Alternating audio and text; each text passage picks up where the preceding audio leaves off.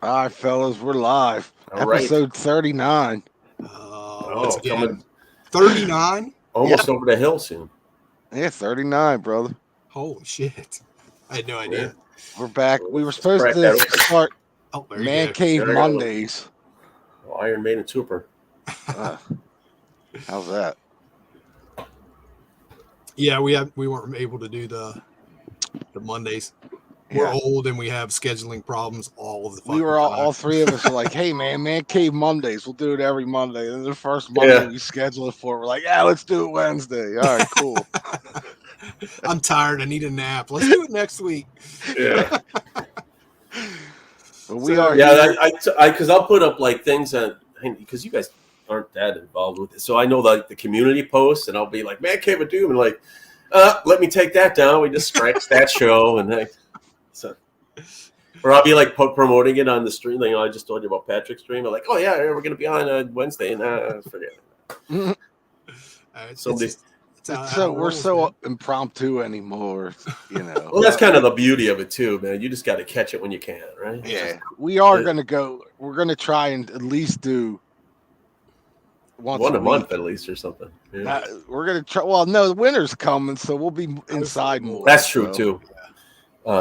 We seem to do a lot in the I like wintertime. the Man Cave Mondays things. That kind of So do I. Yeah, well, that's why I brought that up too, because there's so many shows that a lot of the people that watch this or come in to comment here are on, do those too. So you got like Bizarro, you got Mikey Bananas on Friday, you got, like I said, Patrick's does Sunday, Tuesdays, Fridays.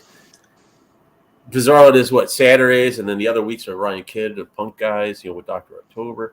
So I'm like, Mondays is kind of a quiet night for the stream shows. So There you go. Man Cave Monday sounded good, I think, if I'm not mistaken, Greeno and I always used to do our videos on Mondays, and I think Man Cave we always did them on Mondays at the beginning. I can't remember it. It wouldn't surprise me. Yeah, because it was just like, all right, it's after the weekend, sure. and we're just chilling. Hey, Scotty. So yeah, it's like a whole freaking programming schedule now, Yeah. And I'll text you. I'll be like, hey man, you want to do a video tonight? Oh, I can't. I'm on 6 other ones. I want to, yes. Or I'm following Pearl Jam on tour. Yeah, I just got off of that. But even like Scott Waters, he's on shows, and Metal Theologian jumps on Marty Worm's show. So there's all these different ones going on. Or even BBQ has been on Marty Worm. So yeah, there's always something. That's cool. Yeah, I mean, it's great. Everybody's doing these, man. Well, you called it. Yeah. You called it 2 years ago. Mm-hmm. Thank you very much. Almost 3. That's why we can't overload the people with, we can't do shows all the time. You got to let the people quality. I mean, next to the Grown Man Record Night, this is the second OG of the stream. I mean, you guys were doing it before anybody else, really. I think. Yeah, no doubt. Jesus, they were 10 years before anybody else. Yeah. Right. Yeah. So Greeno and I just did it out of necessity because of COVID, and we weren't doing individual videos anymore. We're like, fuck it, let's just do one together. Actually, dude, if you remember, it was before COVID. It was like that's why I'm saying it was. Oh, it was? Yeah. Oh shit. Our very first one was like 6 months maybe before COVID or something. Yeah. Because actually, I came across everybody was doing these streams like this in the comic book community on YouTube. It's like, nobody's doing this in the VC or anything. It's like the music guys. Let's try it. And I got with George, and been having fun ever since. Yeah, I think like within 2 hours we had the name of the show already. The name of the show came from LJ. Oh, did it? Yeah, because we were passing all this stuff around, and I was like, I can't remember, it was something Man Cave of something. He's like, Man Cave of Doom. And I'm like, done. That's it, man. I like that. It was we still gotta get him on here. I don't know, shoot for like the 50th episode or some shit. Because everybody's asking about him, and I get it. He likes it. He likes it that way. He's like an enigma. Yeah, he's like Bigfoot now or Sasquatch. Yeah. Now, I've got some ideas that I'm going to work with you three behind the scenes on to try and get LJ on the show, but not really have people know it's him. There you go. Oh, I got witness protection program. No. I got a few ideas. Like, people won't realize who it is until like halfway through the show. All we got to do is get Mibber. He does a great LJ. Yeah. Well, yeah. Yeah, if his camera's like a little blurry or something, you can almost think, yeah. Oh, is that him? I'm not sure. It looks, or it's kind of shadow a little. You could do that. Well, we didn't settle on a topic. We were kind of talking about hair metal, but whatever. And yeah, we've been talking about the hair metal thing since the last episode. Yeah, maybe next one. So this is going to be just a free for all, man. We're just hanging out. Yeah, just get on air for our after summer extravaganza. So how was the Pearl Jam shows, dude? Dude, it's fantastic. Well, I've told you my story about what I've been trying to do these travel shows and see them in other cities and go see. So back like in 2018 when I screwed my shoulder up, I had to cancel like 3 shows in Seattle and Montana, but I got to see the Wrigley ones. But then 2020 comes around and tickets went on sale in like February or whatever it was, and I got for 3 shows, like it was Baltimore, Denver, and Phoenix, and then freaking they get all canceled because of pandemic and rescheduled and stuff. So I was like, son of a bitch, man, it seems like I just can't get this off. So what happened was the person I was going to go with couldn't go on the rescheduled date, so I had to turn in. We refunded Denver and Phoenix, and then I had an opportunity to say, hey, what about we go down this Bourbon and Beyond festival? I'm like, sure, okay. I got a wristband, whatever. It was easy to get. Didn't have to try to get tickets. It was easy to do. Mm-hmm. And then one of the Pearl Jam guys in the groups of Facebook groups or whatever said they got 2 St. Louis tickets, and like, yeah, let's do that. And then that's how that came out. So it was kind of like a fluke within a couple months. So I was just ecstatic to go. They were great shows. I mean, I know a lot. It's a love or hate with a lot of people in the VC about them, but they're a great freaking live band. They're still doing it, and they'll put on a 2-hour show. Their set lists are different every night. So that's half of the appeal. Where it's like, oh, see if they're gonna play this song or that song. What are they gonna do? And I mean, it's to me they're that the I guess lack of a better term, the classic rock band of that early '90s era. Nirvana was kind of the punk one. Soundgarden was a metal one. Alice in Chains was kind of in between. So, and they're the only ones left. I mean, really. So, I mean, I like the first couple albums, but I never really followed them too much after that. But I think I was talking to you on Facebook where took Julie to see him, 10-15 years ago, the wife, and it was a good show. They put on a hell of a show. I was very entertained, and they're great live. I mean, this, even this. I mean, we were talking about what we're spinning, and I've been playing the new album. Just doing some show prep, and these songs sounded fantastic live. I mean, they sound good on the album, but it's just everybody always thinks of those first 2-3 albums. Yeah. And there's those type of people too. I had a couple bro dudes behind me that, Eddie would go into his little spiel sometimes, tell a story, and they're yelling, "Play a song! Ever hear Jeremy? What are Jeremy?" Yeah, it's the only song we know. Please play. Yeah, that's why they're there. That's all they want to hear, the radio songs. Right. So. Yeah, I saw Fitzy went to Oklahoma. He went to Oklahoma. Yeah, I was thinking about doing it, dude. I was in St. Louis, and Oklahoma was last night. I'm thinking, oh man, I could, all these Pearl Jam people, everybody's like, hey, I got an extra ticket for this. I got that. So I could have got a ticket. It was just a matter of getting there and doing all that and trying to find a place to sleep or sleep in the alley. I don't know. Right. And then it was like, like the last show is tomorrow night in Denver. And I was still like, I had tickets, but I'm like, oh man, I don't know. I could try to get these 2 shows in. Cool. But it was Fitzy went to that. And do you remember Nathan, Turntable Currents or whatever? Sounds familiar. He was like the psychedelic guy in Texas too. Yeah. And Nathan Turntable Currents, I think was his. He went to that show too, and those guys know each other. Yeah, I saw they posted a picture. Yeah, so cool. What do you guys think of the new Ozzy album? Yeah, Heavy Metal Bass Mass. What do we think of the new Ozzy record? I haven't listened to it yet, but I do know Mike McCready's on that from Pearl Jam. Honestly, I listened to it. I thought the first 4 songs were really, really good. It's not Ozzy. You know what I mean? It's older Ozzy. No, it's a producer's.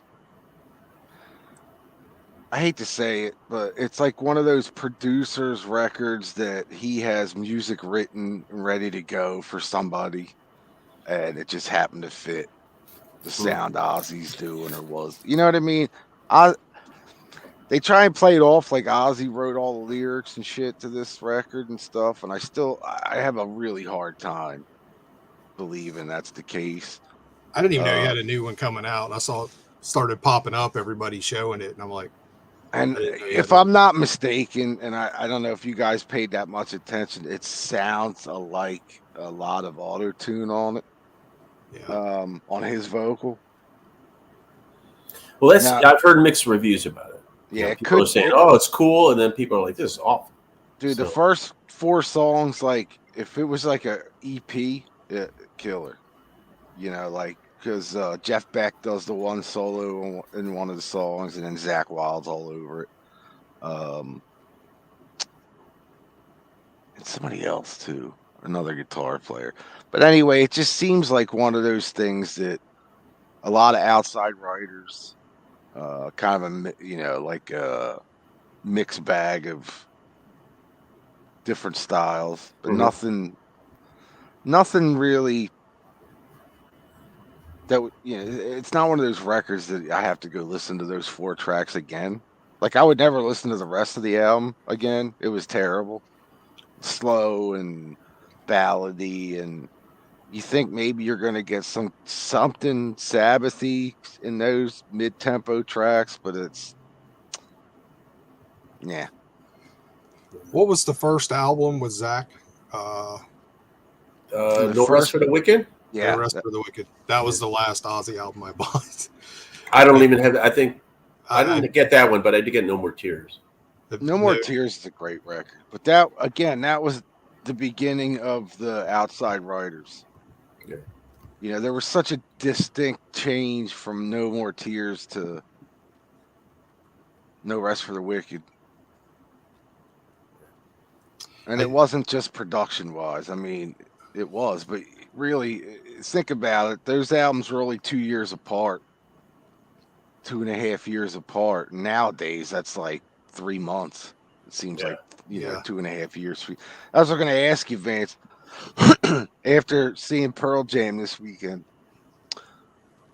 is it hard for you to believe that it's been 30 years since the first album came out? In a way, yeah. I mean, just the whole, all that stuff.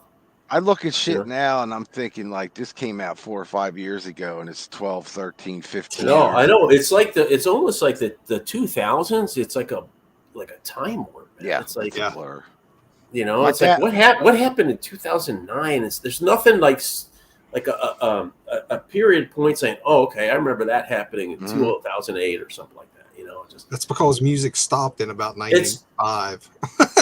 Yeah, it's like right at the end of the night. I mean, right when I was running the music store, actually, when I was working a record store, it was like Britney Spears and all the boy bands came out then, and it was done. Everything. Titanic soundtrack, and that was it. And it was just like after that, I'm like, I mean, that's why I keep saying too that '90s Seattle scene was like one of the last great music explosion kind of things. The Foo Fighters is the last rock star band, really. Maybe, yeah. I mean, wasn't it 2000 the last year? It was 2000 was the year that the CD sold the most. Maybe, yeah. And then 2001 downloads. Yeah, 2001 it had dropped off by like 12% from the year before. It's just in 1 year. Yeah, internet just killed everything. Yeah. Vinyl Richie, what's up, Vinyl Richie? I said he saw Ozzy with Randy. That's cool. Yeah, Vinyl Richie's seen some cool stuff. He saw the Misfits back in the day and stuff. Yeah, seen Zeppelin. Yeah, he's a lot of. I love Richie's channel. Yeah, he's great.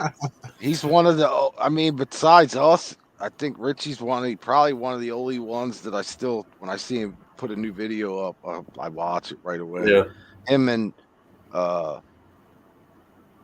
Boston Rob, although like we talked about before, he doesn't do them that often, but yeah. I like Vinyl Richie because he has that attitude of just fuck. Yeah. Here's another one. Yeah. Left Break Vinyl said Ozzy's #1 in Canada, US, Israel. Well, not to be the downer guy, but how many physical copies do you have to sell to be #1 now? nowadays that doesn't mean a whole lot nowadays. Yeah, it's hard. I mean, it's cool. Ozzy could say, "Hey, I got my first #1 charting record in the United States." I would almost bet it's less than 100,000 copies to be #1 physical copies. Oh my God, yeah. I would probably. Before, I mean, for a band to go platinum now, they still have to sell 1 million. When's the last time you heard a band going platinum other than like Foo Fighters? They are probably the last one. They don't even talk about that. I mean, you don't even see that anymore. Yeah, because we live in the age of Spotify now. Yeah, nobody. So it's all #1 streaming band or something. Yeah, nobody. They don't do it anymore. And how does that count? Like that's a good question. Well, I mean, I guarantee if you're streaming the new Ozzy album, you're checking out a song, and then you're bored, you're going to another song, you're bored, you're going to another song. How long do you have to listen to the song for it to count as a stream? Or is it just a click on it, and if it plays for 2 seconds, it's a stream? Oh, yeah, that's a good point, too. I would imagine at this point, hopefully for the bands themselves, that you just click on it. Well, that's kind of shitty, I think, because it's like, got to play it all the way through. Yeah, and plus that's not considered a play. You're in the age of nobody has attention spans now, especially the younger people. Yeah, but if people didn't click on it, the bands that we liked wouldn't be hearing half the shit or I wouldn't. What am I trying to say? The stuff that we like would get half the clicks if you had to listen to the whole song. Yeah, I guess. Because a lot of people, I do it too. I want to preview something that I heard. Oh, somebody so-and-so's got a new, let me go check out a clip. Because personally, if I like it, the clip, I'll buy the album and then want to hear it in the rotation of the album. Right. So I try not to. I mean, I do that on YouTube. That's exactly what I do, yeah. But it's like, when you're basing everything off these streams now, because that's the world now, is, how many streams. Nah, fucking not to me. I could tell you. That's why when you're talking about streaming, I have no idea what you're talking about. I don't either. I don't do it. I've never been on Spotify, but I'm just saying I see all the stuff, the videos and people talking about it, and younger kids. It's Spotify. Well, I know the artists aren't happy with it. No, they get paid for crap. Shit. Yeah, it's bullshit. And now somehow they get paid off TikTok, right? If their music's used on TikTok and they're pushing it that way, I don't know. I don't know how that tickety-talk works. Yeah, it's a whole different world, man. Gnip-gnops and all. I don't know. They've killed the whole thing. The hippity-hop TikTok music. I still use MySpace, man. Nice. I see Black Dream said you guys should check out the new Summerlands album, 1010. Yeah, I'm not familiar with that. I was not familiar with them either, but I saw a review on that Banger TV. Oh, yeah. The one chick did a review, and I just kind of pulled it up and see what she was talking about. I'd never heard of the band, and it actually sounds pretty interesting. It's got she even referenced like Turbo era Priest. It's it's a little far, but it's it's enough. I want to check it out. Yeah. Turbo Lover. Oof. But it has that big, it almost has like they'll never get it, that big kind of thing. But because it's recorded digitally, so you can't do that anymore. But it definitely has an old school kind of feel to it. So it's enough for me. I wanted to check it out. So, and I see a lot of people are digging it. Yeah. So cool. Hey, Eric. What's up, man? Eric's in the house. Eric Bauer, Raw Power. I mean, see, Turbos, I could deal with Turbo. Ram It Down, I have like no connection to. Mm-mm.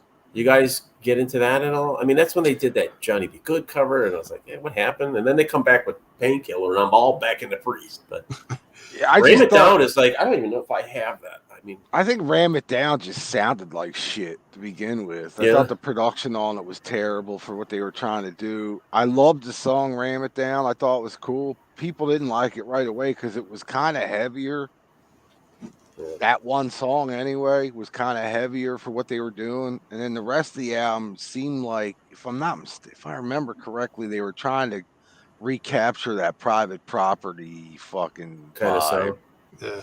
From what I mean, my Am I wrong, Greeno, or do you remember that record that much? It kind of had that same vibe, but just wasn't. Yeah, I mean, I think you're right because that's what turned me on. Priest is kind of weird with me because Turbo came out, and I'm like, "What the fuck are you doing?" You know what I mean? At the time, and I kind of stopped following him after that. So Ram It Down, I'm not as familiar with. I have it, listened to it, but I'm not as familiar. And then Painkiller come out, and I was just like, that album. I hate Painkiller. Do you really? I hate it. Yeah, I hate that album. Oh, I think we've talked about that before. Yeah, actually. Yeah. No, I love it. It was this. What made me on Turbo? They were following the hair metal stuff, kind of. Dude, that's fucking crazy, man. Painkiller come out, and they were trying to do the heavier thrash stuff, like Metallica was getting big and all. It's like, I think they were just trying to get back to that was before Metallica, man. No, it was 1990. It was before the Black Album, for sure. That album, it was a year before. Even worse than Painkiller. So. Yeah, I wouldn't. The Black Album was in. No, I thought that's what you were. I thought that's what you were comparing it to. The Black. No, I'm comparing it to like. No, it'd be more compared to Justice and Masters. Okay. Yeah. I see. Kiss was doing it too. They were jumping. I could see that production wise. I thought just production wise, the similarity between the Black Album and Painkiller, and it was like that year, those 2 years there, that they found this whole new way to record the drum sound. Yeah, and all of a sudden the drum sounded, especially on metal albums, sounded bigger than ever. Like Tommy Lee's on Dr. Feelgood. Well, not only that record. Well, yeah, that record, but the one after that without Vince. I don't know that one that well. Fucking Tommy's best album by far, performance-wise, is that Motley Crue. I think that Motley Crue record without Vince is. Oh, that self-titled. Yeah, dude, that record. Generation Swine or whatever. No. That's without Tommy, you mean the one with Karabi? Yeah, John Karabi's probably. Yeah, I got it. Other than Too Fast for Love and Shout at the Devil, that's my other favorite Motley record. What's interesting, you put the Black Album with Painkiller. Just production-wise. Because I agree, because I hate both those albums. I can't believe you hate Painkiller. I hate it. The first time I saw the video for Painkiller, I'm just like... All right, wait. Let me ask you this. When's the last time you sat and listened to it? Painkiller? Yeah. Probably 6 months ago. I tried to get okay. Because everybody loves it, dude. And I get it. That's cool. Everybody loves it. And I'm like, what am I missing with this? Yeah, you're definitely missing something. Yeah, I'm like, this album just blows, man. I do not like the album. That's funny. So, Teddy Tommy says it looked like I lost weight. I have, sir. I'm almost at 100 pounds lost. It's the Mancave. That's fantastic. Lost channel. I think I found it. So. My last, the last 90 to 100 pounds has been about 4 months now. I've been trying, but right on. I haven't I've been eating a lot cleaner, but I haven't. The last few months, I haven't really been 100%, but I'm still losing. So, but thanks for noticing. That's good, man. Hey, I'm getting there. You got to do it slow, man. So. Yeah, I could kind of see that. Yeah, that's a good point. Now that you said, I have to revisit that record because honestly, like Greeno said, he's listened. 6 months ago. It's probably been 16 years since I've listened to Ram It Down. It's been a long fucking time. I don't know if I've even listened to the whole thing. Black Dream. I'll be honest with you, I haven't heard it. I am now officially the old. I've been telling Greeno about my new stuff. Black Dream. I've been telling Greeno for the past 4 or 5 months since it's been out to pick. If he buys one record this year, make it that Helicopters record. That is by far my favorite record of 2022. Man, I have totally turned into the old asshole jerk guy. I just have. Get off my lawn. Yeah, and I hate digital production so much. I'm done with it, man. I'm not buying. Have you listened to the Helicopters? No. I don't listen to anything. I don't think that's a straight up analog. Nah. Yes, it is. I'd have to see that in print somewhere. Go listen to it. You can tell just by the drum sound alone. I'm good. All right. I'm like the new Black Crowes, straight up analog. They recorded that shit live. Yeah. It's killer. It sounds amazing too. And you can tell the difference, like you said, about especially the thrashier bands using that triggered drum sound, and they all sound the same now. All the drum sounds sound the same. You really can tell the difference when you hear something recorded analog now, whether it's recorded live in the studio on the tape, like the Black Crowes record. And I believe the Helicopters record, because I thought I read that in the liner notes that it was recorded. Black Dream says it was recorded to tape. Yeah, that's what I thought. So, and you could tell. I mean, I guess now that we've been listening to digital music, basically production now for the last 10, 15 years, mostly because of a lot of bands are doing it. So when bands go back and do that analog shit, you can actually fucking tell now because it sounds different. That's cool. I mean, I hope they do it. It's just I'm out, man. I had to just make the break. All I'm doing now is picking up old reissues. Yeah, old reissues. Yeah, stuff. I thought Helicopters was like. I love the Helicopters. I was going to say they were kind of like your Wild Hearts, man. They were, and dude, I've made such a line in the sand. I'm done. I don't care if Jesus comes back, play guitar with Led Zeppelin. Well, fuck you then. When I send you the Britney record, you're getting the fucking Helicopters record. I can stick on my drums right now. Merry Christmas, bitch. Because you need to hear this record, dude. Because I think, dude, here's what, Vance, this is what'll happen. I'll send him a copy of the record. He won't listen to it for till after the new year. Yeah. But then one fucking cold January 32nd, 2023, he'll call me or text me. He's like, yo, this fucking Helicopters record's pretty good. Yeah, exactly. Well, I tell you what, getting to it by New Year's, funny you say that. Just some stuff I've been spinning. I pulled this out and I'm like, not to bring him up again. I'm like, that's LJ's writing. There he is. And I texted him. I'm like, dude, you remember sending me this? And I'm pretty sure he was like, yeah, but that was like a long time ago. And I'm like, well, I'm finally spinning it. I'm pretty sure it was about 8 years ago or something. Yeah. But that's how shit sits around. What's Left Break Vinyl? What's he saying? Revisit an album. You mean vinyl? Oh, you mean record or CD or what? When I say revisit an album, I mean either. Just going back and listening to that title. Basically, it doesn't matter vinyl or CD. Yeah. Guys, but I've been picking up some CDs lately, man. Actually, that's the only new thing I got. I just got 2 new ones in today, literally.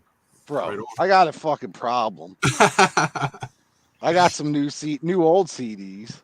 Yeah, and I've been thinking about going back and just picking up some CDs lately, just because it's easy, you know. And my CD player, I gotta fix my CD player. It doesn't queue up quick enough. Have you guys seen this Raven box that come out? Rockin' Till You Drop. I did see an advertisement for it. Yeah, and I think they're touring. And I'm thinking of check when they're coming through town. Yeah, dude, man, it's not. Are they still? This is not the whole band still, though. Isn't there somebody missing? It's the 2 brothers, and they have No, that's the early shit, right? Right. This is Rockin' Till You Drop. So, but it's 4 CDs. You get the album, all the B-sides and comps. You get 2 different demos dating back all the way to 78, and 2 live shows from 82. This thing's awesome, man. I did see that on our list, but I just, we don't have the clientele yet. Yeah, I'm trying to get more metal shit at the store, but also grab these, man. That first album is so killer. The first Lynch Mob album. Lynch Mob, yeah.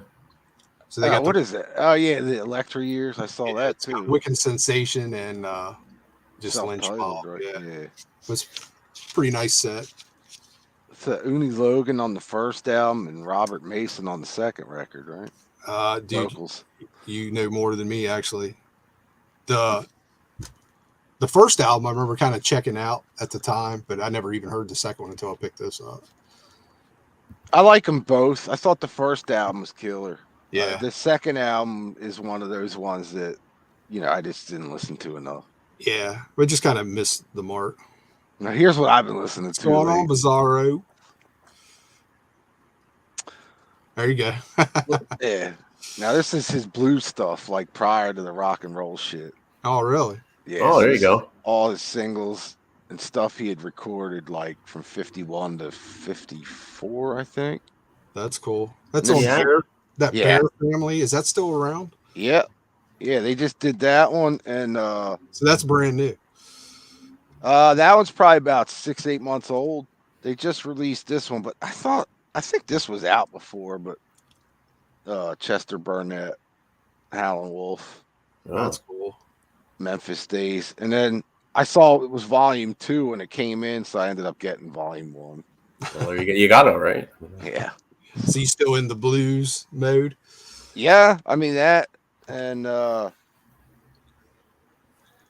dude, yeah, that dude. Here's my boy. This is one of my favorite people, blues artists of all time, R.L. Burnside.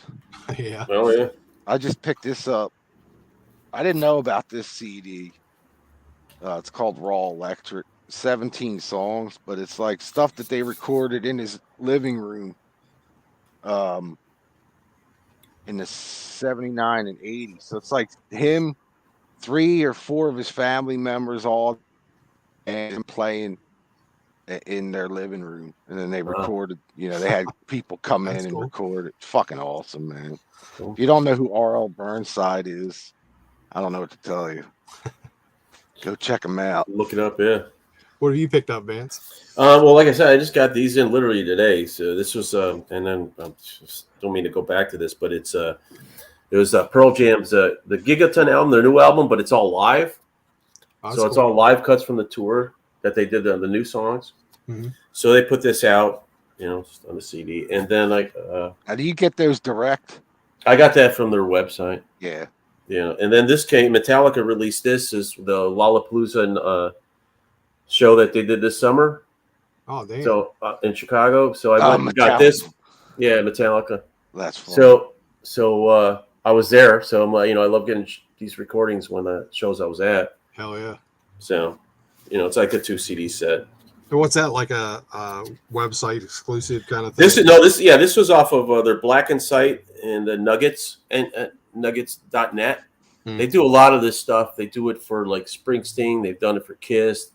And again, Pearl Jam puts out all their shows on bootlegs and stuff. So now, those are silver pressed. They're not burns or anything.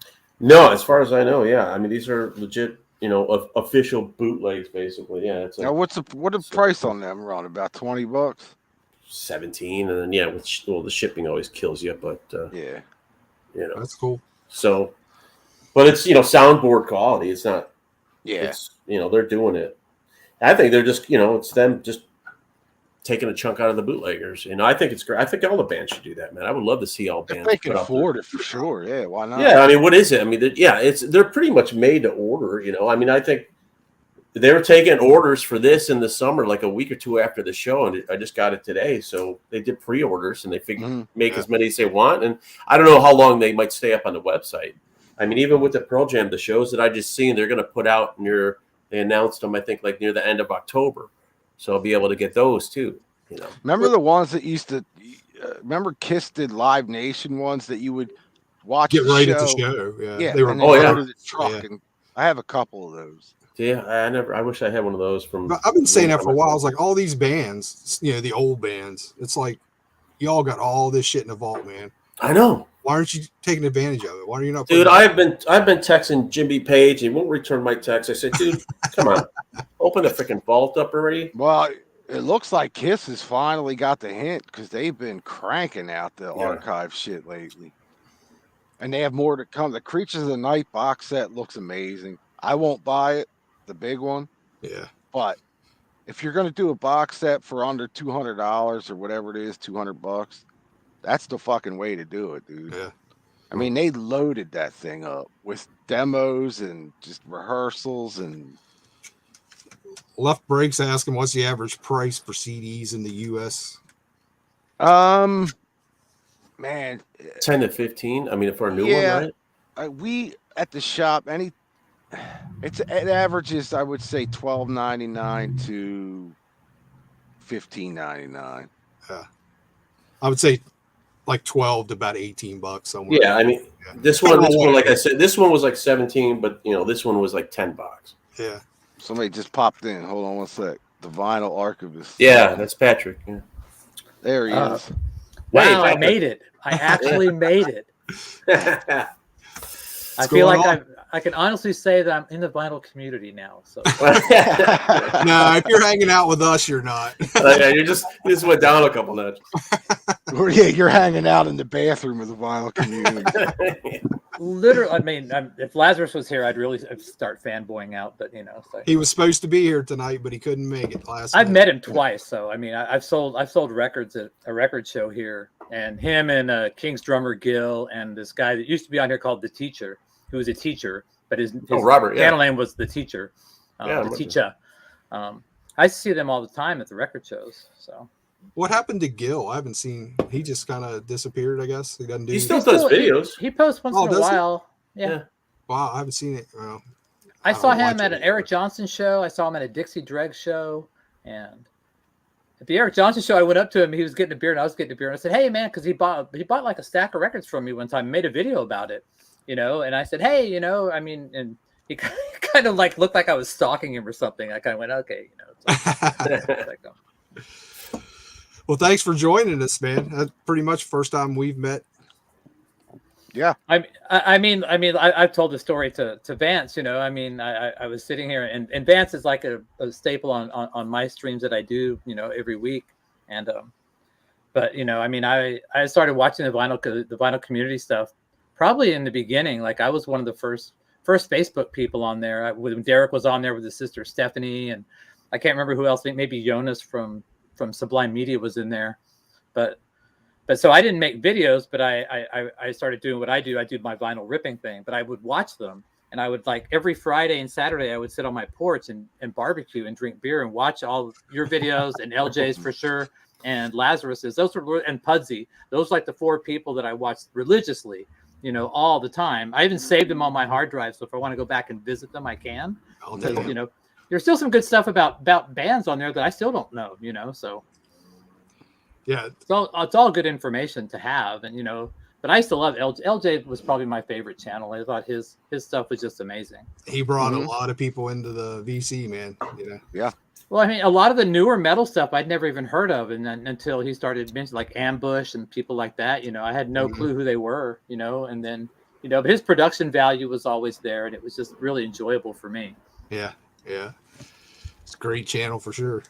Yeah. Those days were great because, like you're saying, man, there was a lot of knowledge being shared, but there was also that new wave of traditional metal that was going on, like you were saying, Ambush and all that.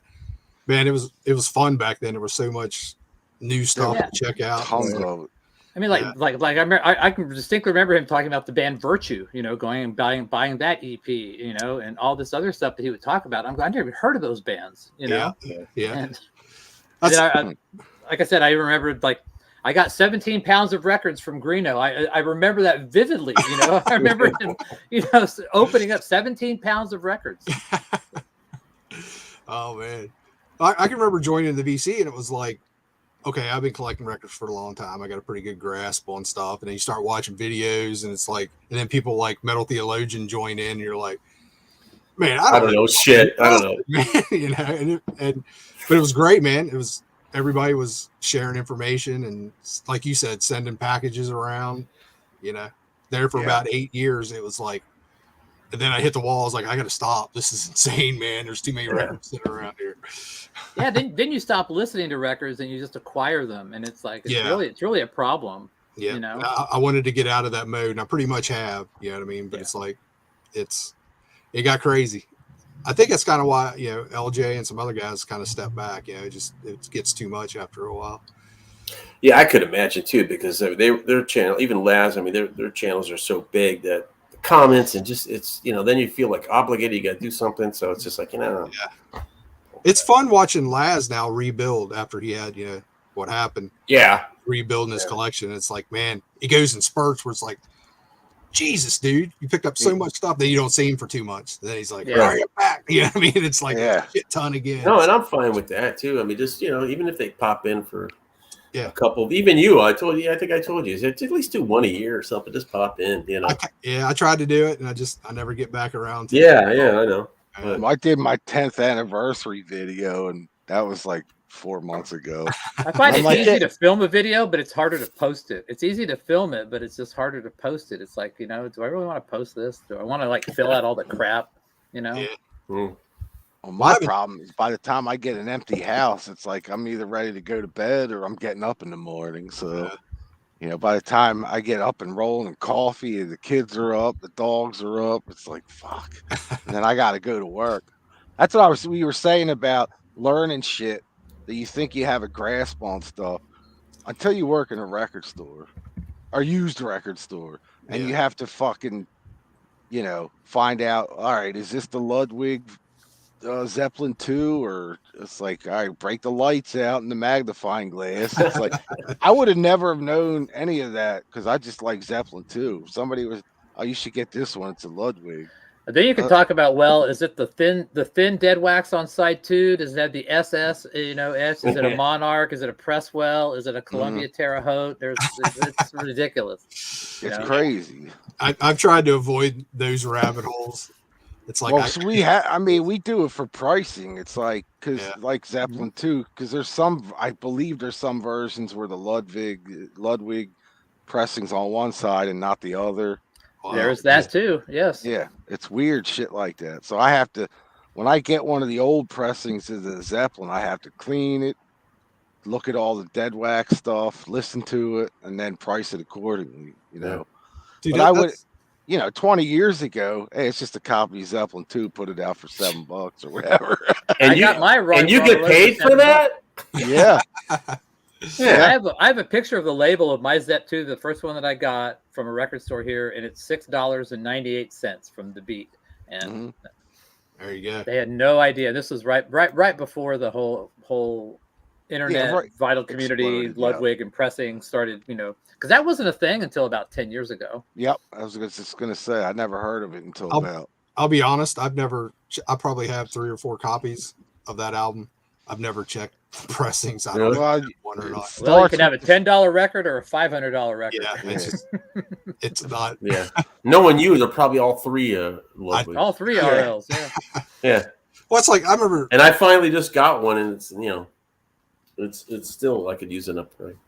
I got to be honest. I've had my copy of Zeppelin 2 for 30 years, and about 4 years ago, I broke it out just to see if it was a Ludwig, and it just happened to be. Really? Yeah. That's cool. But it's like one of those ones that I got, I literally got like 8 copies in there. None of them. Yeah, back then you could, you go to a Zeppelin section, there was like 4 copies of Zeppelin 4 or, whatever. Mm-hmm. I didn't look at that shit when Led Zeppelin 4 came out and I bought it. Nobody knew about that. Nobody cared. Nobody knew. It's like I passed up them. Well, not to bring that up, but I remember seeing the MoFi in the shelves when I went to the record store. I just passed it up. It was like, man, that was like that was more money than the regular copy. I'm like, I don't know. Yeah. Did you have a Temple of the Dog you could have picked up or was it Mad Season? Which one was it? It was I have the Mad Season. No, there was something else too that I've passed. Oh, it was the first Pearl Jam. Yeah, 10 was it? But that wasn't like that. I mean, back in the 80s, I saw that MoFi is up on too, and I didn't know what original master recording really meant. Now, what is and that? it just cost more. It cost that's not a really good sounding version though. No, I'm just saying it just cost an extra $15 or whatever, and I was like, I don't know, I'll just get the regular one. I was just gonna say, how does that one sound compared to the Ludwig? It's way worse than the Ludwig. Wow. The Ludwig is probably the best. Some people like the UK plums, the original, the first UK. Some people like those a lot. I like the label better, but yeah. For sure, yeah. And I have the MoFi. Is it 2, right? Yeah, that's the only one that the only one that came out on 2. Yeah, I found that at a yard sale for like 75 cents. I think that's a good deal. No matter what, it's a good deal. I bought that from that dude and Allman Brothers Fillmore, 75 cents a piece. Oh, nice. Was that a did MoFi do?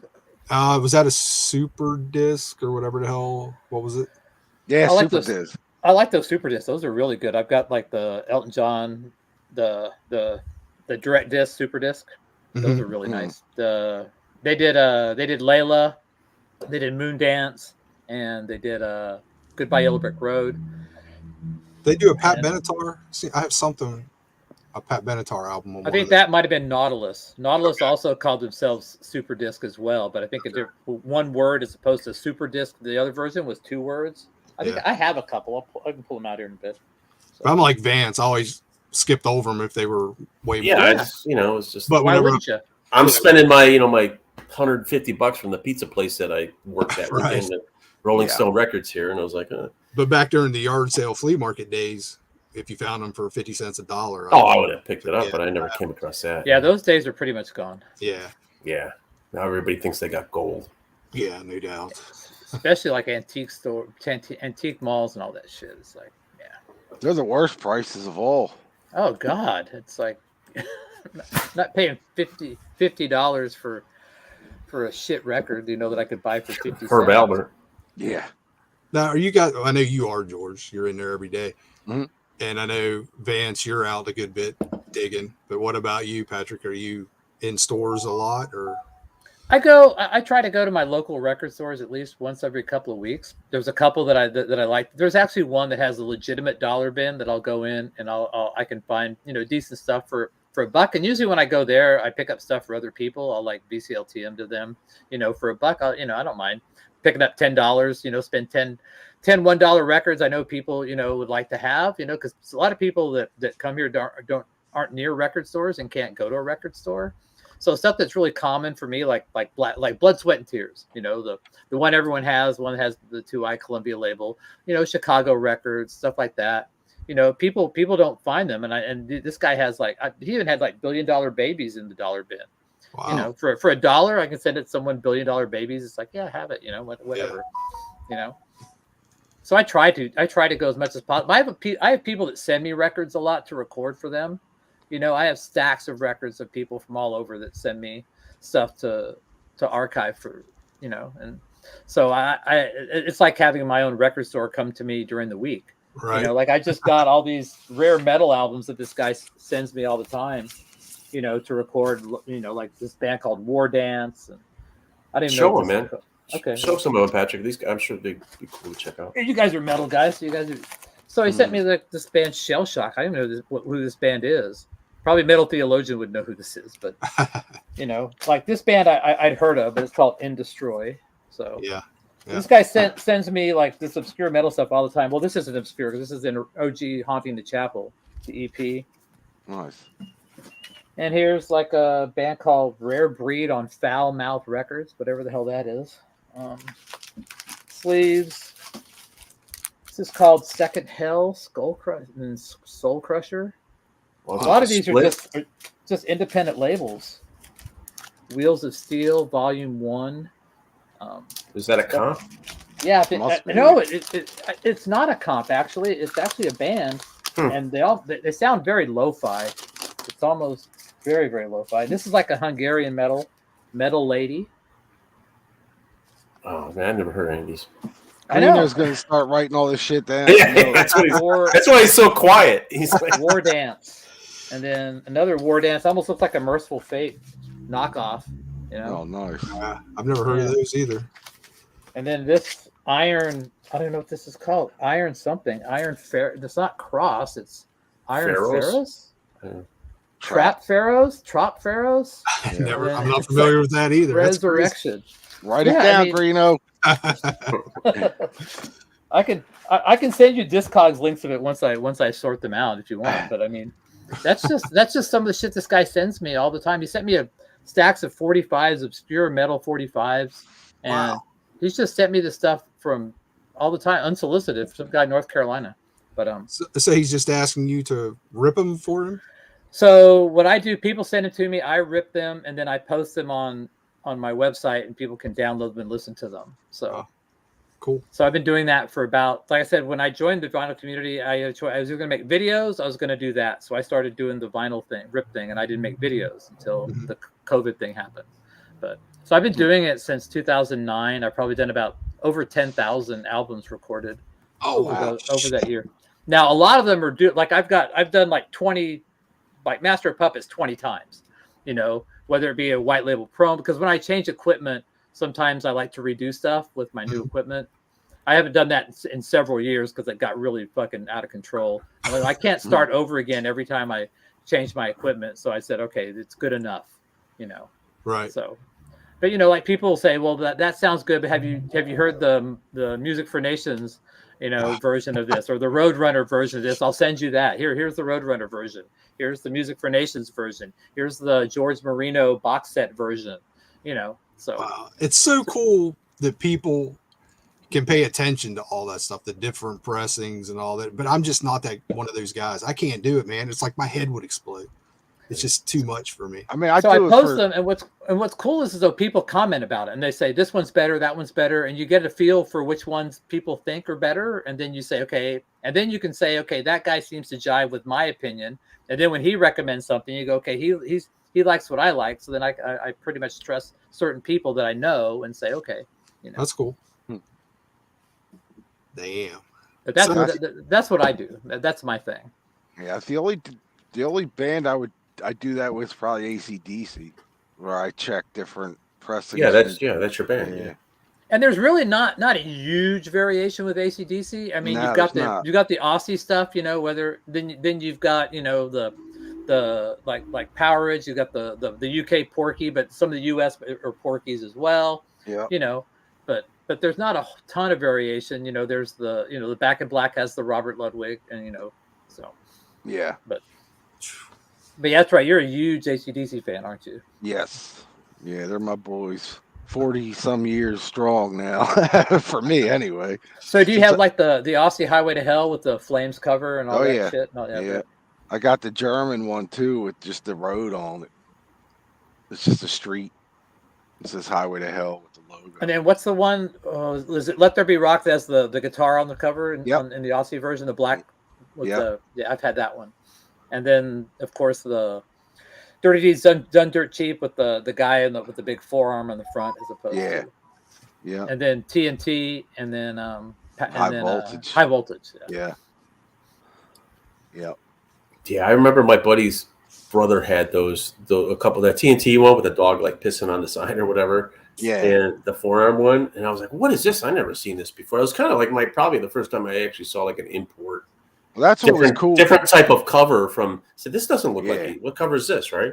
And what was cool with them back then too, like pre-internet, when you got those records, there were different tracks on those records that just weren't out here in the States. Oh yeah, the track order was different, especially for like Dirty Deeds and like High Voltage, I think, and so there's songs that still, other than the their last box set that came in the guitar amp, those tracks haven't been released in the States.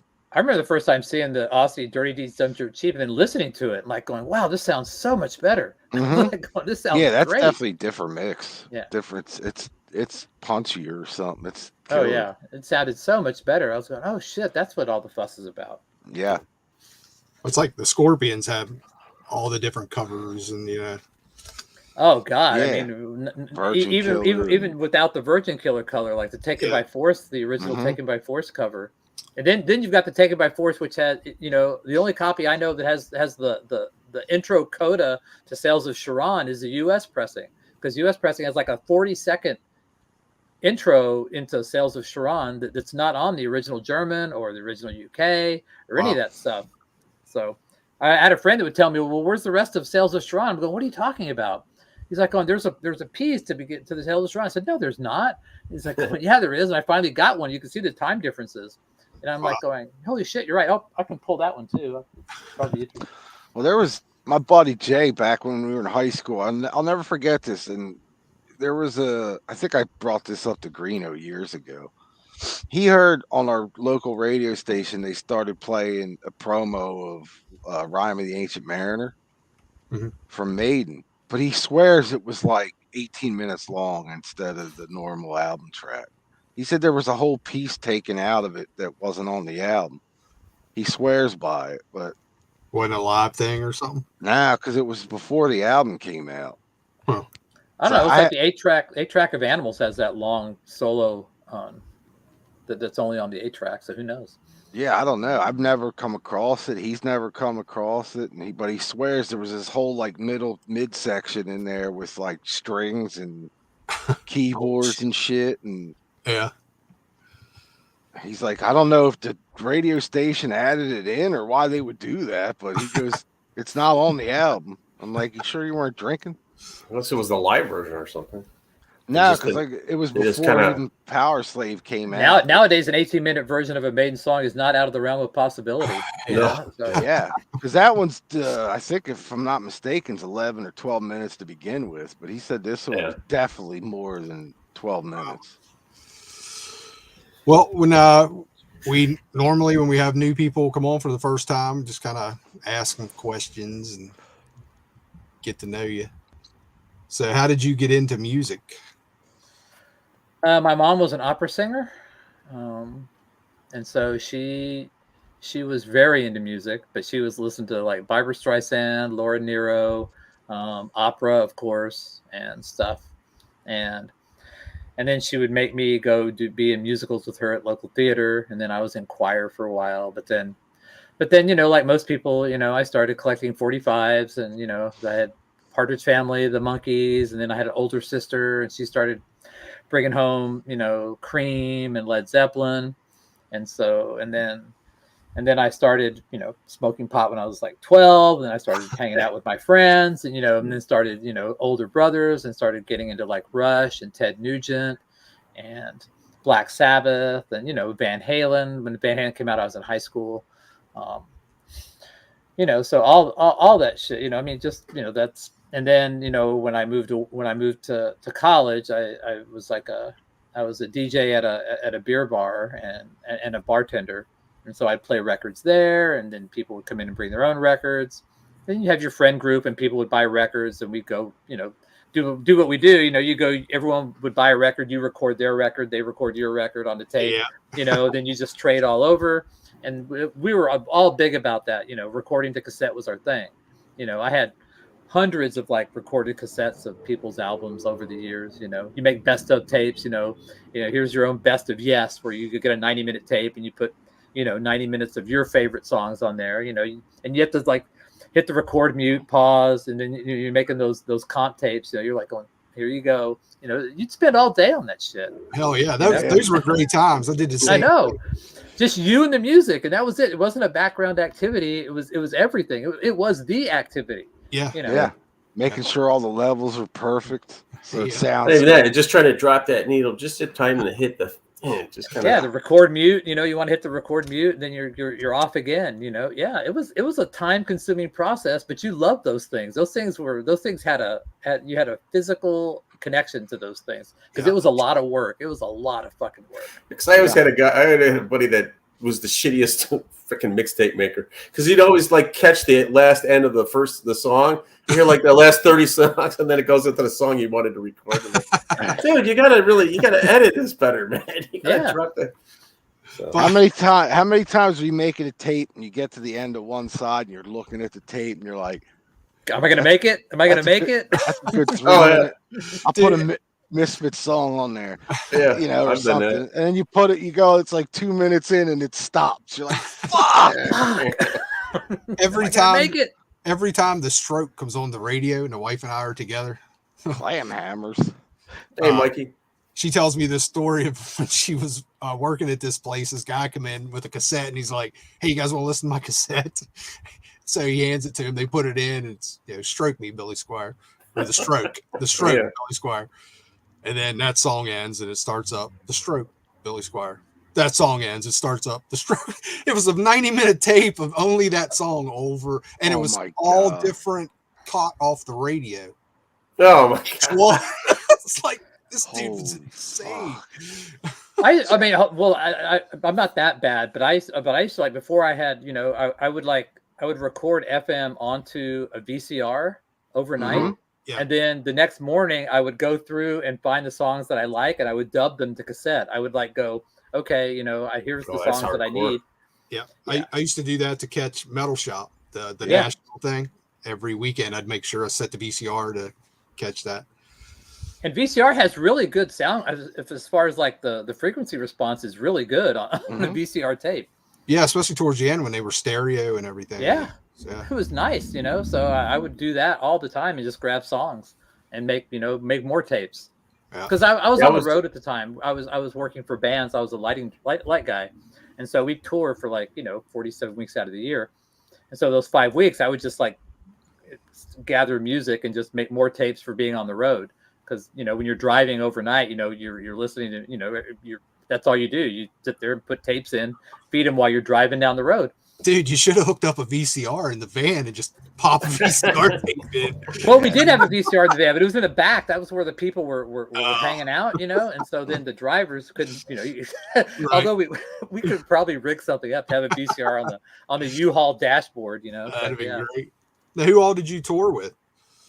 Nobody that anybody knows. No, just smaller bands. Yeah, the last band got signed, but they only sold maybe 50,000 copies. But I did lights for other bands in Dallas at a couple of clubs. So I mean, I knew the guys in Pantera really well, and was hanging out with King Diamond a lot because he's in Dallas. And wow, right. But yeah, that's how I got into music. Kind of like how everyone else did. Yeah. Mm-hmm. What was the band that did it for you? That really. I liked music before I heard Kiss in the 70s, but that's the band that kicked me in the ass and I never stopped. Probably Rush 2112 was the record that really made me, the combination of Pot and Rush 2112 and probably Pink Floyd, Animals, and Led Zeppelin 4. And then when Van Halen came out, the first Van Halen came out, that was a real eye opener for me. I mean, that was just okay, And then, then I gravitated to more of the heavier stuff. I remember in '82, when I was in college, you had to drive 150 miles. Vance has heard this story. You had to drive 150 miles to go to a record store. That was the closest record store was 3.5 hours away, 3 hours away. Jeez. So we would drive once a month, me and my buddy, and we'd go in there. And I remember, pulling out Kill 'Em All, and then getting a Witch Fiend album. And this is a small town in West Texas, and if you know anything about West Texas, it's not exactly metal friendly. So I remember going back and listening to Kill 'Em All. We didn't know who Metallica was in 1982. We had no idea, but the cover looked cool as shit, and they were called Metallica. So it was let's get it. We would just buy shit, whatever, at this record store that's still there today. And I remember, listening to that and going, holy shit, I mean, that was another moment with listening to Kill 'Em All. Yeah, it's the fastest for the first thing time. I've heard. Yeah, you're going, what is this shit, And, so those are two, Van Halen and I saw Ozzy's last tour, Never Say Die tour, with Van Halen open for them in Texas. Wow. And I was a huge Sabbath fan, but I mean, Van Halen was so much better than Sabbath on that day. It wasn't even funny. Yeah, it's a legendary tour. Everybody talks about Van Halen kicking their ass.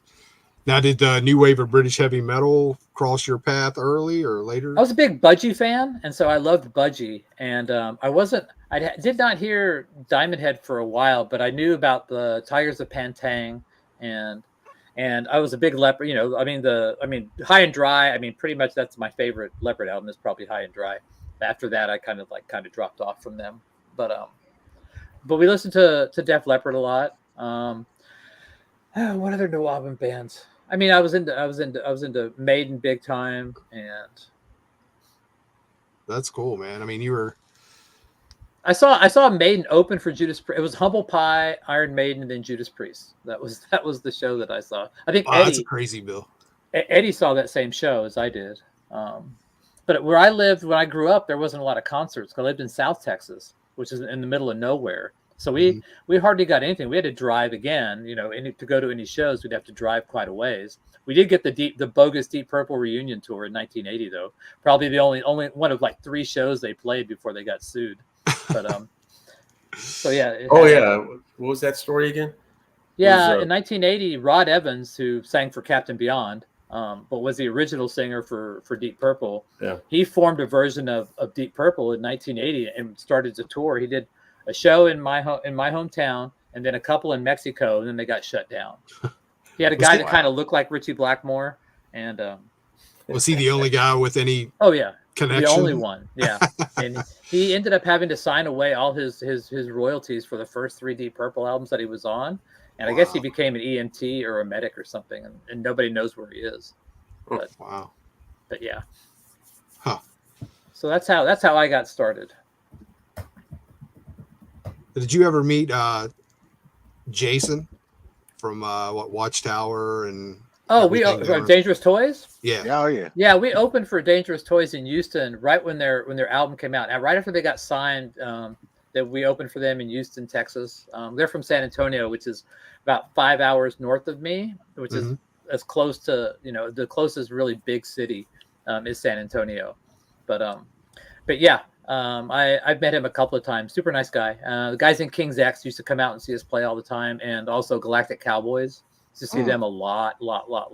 Right but the first band I worked for they were from my hometown, and we recorded their first album at Pantego Studios while Pantera was recording Cowboys from Hell. They just finished they finished Power Metal, and they were doing the demos for Cowboys from Hell. And actually, Daryl and Vinny's dad produced the album. The first band I worked for, my friend's album. There at Pantego. So I used to hang out with them all the time. They would come out, and super nice guys. Cool. Yeah, we had Jason on here once. He seemed very freaking cool. Totally into the music and all that, He's a super nice guy. Yeah. Very cool. So are you still in Texas now, or you're in California? No, I've been in California for about 20 plus years. Right on.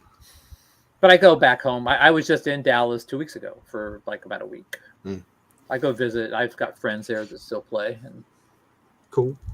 All right. So, anybody been listening to anything good this week or this last 2 months that we haven't done a video?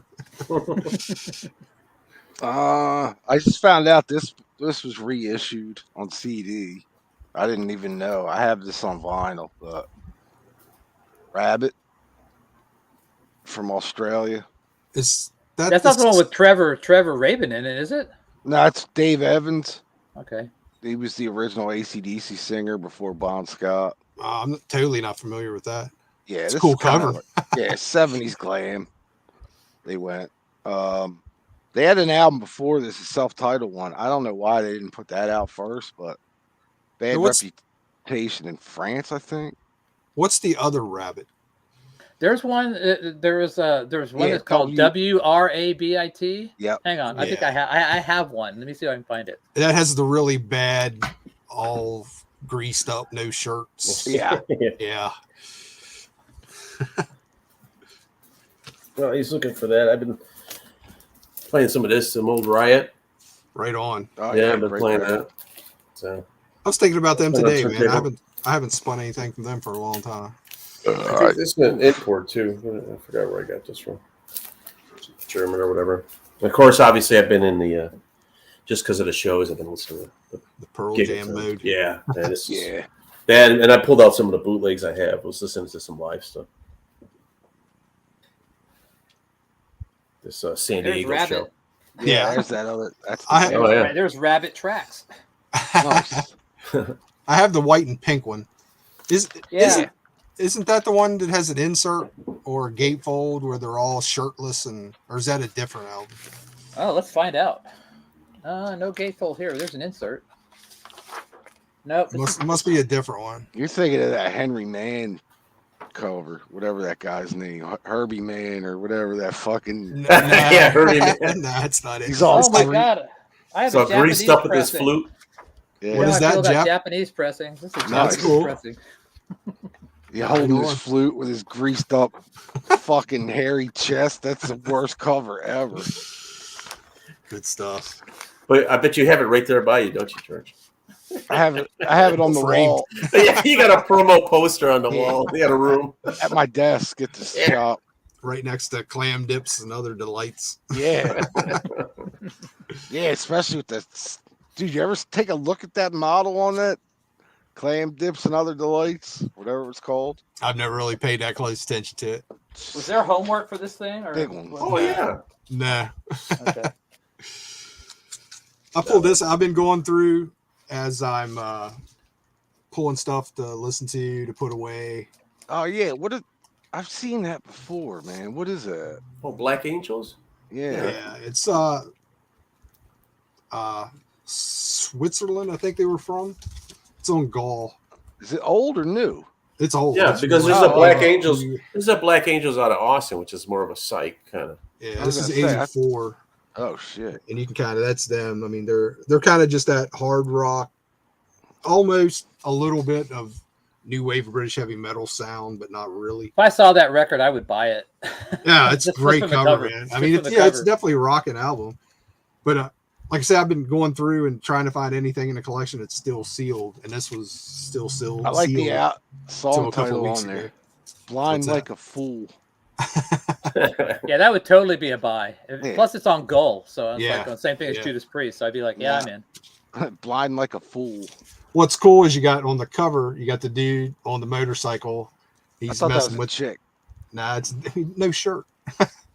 And messing with the old couple in the sports car. And then on the back, the motorcycle's wrecked, and the old couple's fucking with him as they go by. It's pretty good.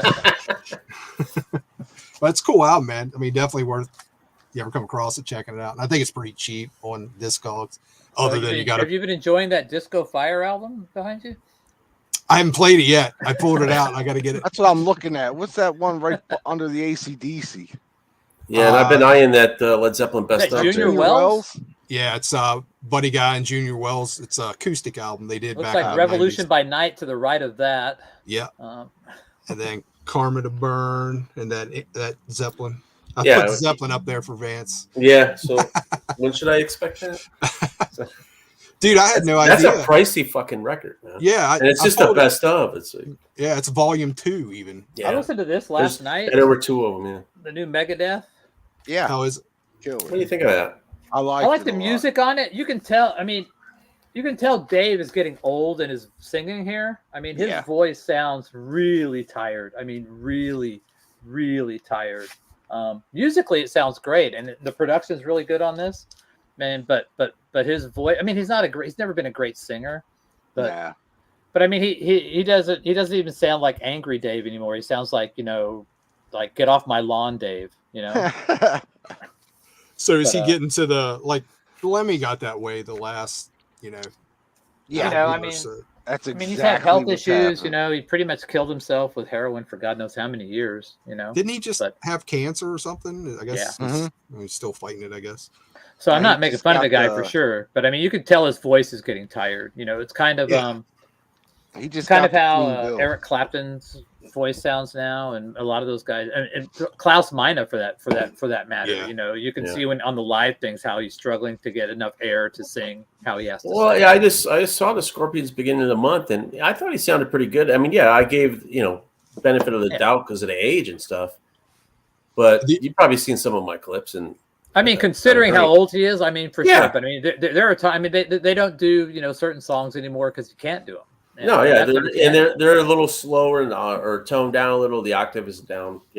Halford's same way. I think seems like he's having the only one that didn't seem like time ever caught up was Dio. No, to the end, man. That guy was fucking. And Steven Tyler's still great. Sammy Hagar's still great. Sammy does sound good. I've seen Sammy. Yeah, Hagar does sound good. Those guys do you guys see the trailer for the Dio documentary? I haven't seen it, but I heard it's coming out. Yeah, pretty good. Yeah, it looked good. It looked good. The trailer. So I got Did you guys see the Randy Rhoads one? Yeah, I've seen the Randy Rhoads one. I have not. It's pretty good. I mean, I did see that. I think it'd have been better if Ozzy and them didn't work with them, of course. Nothing. Yeah, I think it would have been better if it was like a high budget. Yeah. Like Banger Films did it or something like that. It would have been killer. But I would like to hear more about. Dana Strum has told the story about when he went to go audition with Ozzy. I wish they would have expounded upon that like he does like in other places. I thought that would have been good. Hey, I'd like to welcome Malaya for joining in. She's a new viewer. Malaya is probably the most metal hip 23-year-old female or 23-year-old period, male or female that I've ever seen. She knows a lot of stuff. Right on. She does. She make videos. She just started. Cool. couple He videos. actually requested Leather Wolf the other day, and I said, even guys I know don't ask for Leather Wolf, man. I'm like, that's impressive. I like it. It Is I was impressive. like going, holy shit. She wants Three to hear guitar Leather Wolf. Right on. Yeah, and then Mikey brought up King Diamond. Yeah, that Merciful Fate tour. I've been hearing so many good things that he's Really? just killing that. Well, he sold his soul to Satan, right? So. Yeah, that. But they're playing like Gary, Indiana. He's not coming through Chicago, so I'm not going down to Gary, Indiana. Yeah, some casino down there. He's going to scare some people in Gary, Indiana. I'll tell you. Yeah, it's at a casino. It's all old people playing slots. I mean, what are you going there for? Well, nuns are just having fun there. That's what I guess so. That's it. She's got a reissue of this German band, 89 or 90. I've always saw their records everywhere and never picked them I up. might have done Not a recording everywhere. of that record. Let me see. It's a killer. It's like a power metal-y thrash. Product of Imagination? Heresy. The Product of Imagination was the first album. This is the So second. I've done a recording of that one. That one I've done. Yeah, and to be honest, I have the first album, but I haven't listened to it in years. So I want to pull it back out and see if it's as good as this one. This is really good. Totally worth fucking checking out.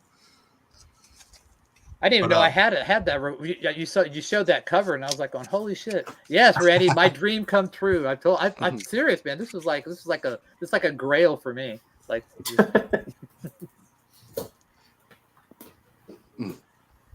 what else? I've been listening to. I got picked this up. I can't remember what I bought. I think I bought whenever I buy from overseas, I try to get 2 or 3, so it makes it worth it. But it's a band called Spider, Rock and Roll Gypsies. Bit Bop Boom. John turned me on to these guys.